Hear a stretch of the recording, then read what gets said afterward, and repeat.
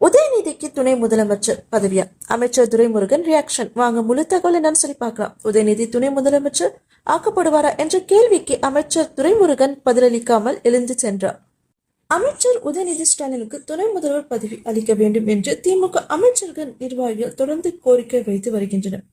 அதே வேளையில் கடந்த மாதம் நடந்த நிகழ்ச்சி ஒன்றில் பேசிய உதயநிதி ஸ்டாலின் இளைஞர்களுக்கு சீனியர்கள் வழிவிட வேண்டும் என்று வலியுறுத்தினார்.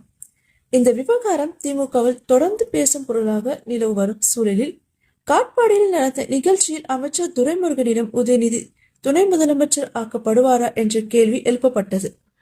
ஆனால் துரைமுருகன் கேள்விக்கு பதிலளிக்காமல் உடனடியாக அங்கிருந்து புறப்பட்டு சென்றார்.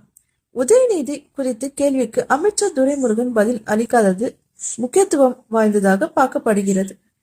அமைச்சர் உதயநிதி ஸ்டாலினுக்கு துணை முதல்வர் பதவி தரணும் சொல்லி பெரிய இந்த கேள்வி மட்டும் தெரியும். அந்த கேள்வி அமைச்சர் உதயநிதி ஸ்டாலினுக்கு துணை முதல்வர் பதவி தரணும் சொல்லி பெரிய இந்த கேள்வி மட்டும் தெரியும். அந்த கேள்வி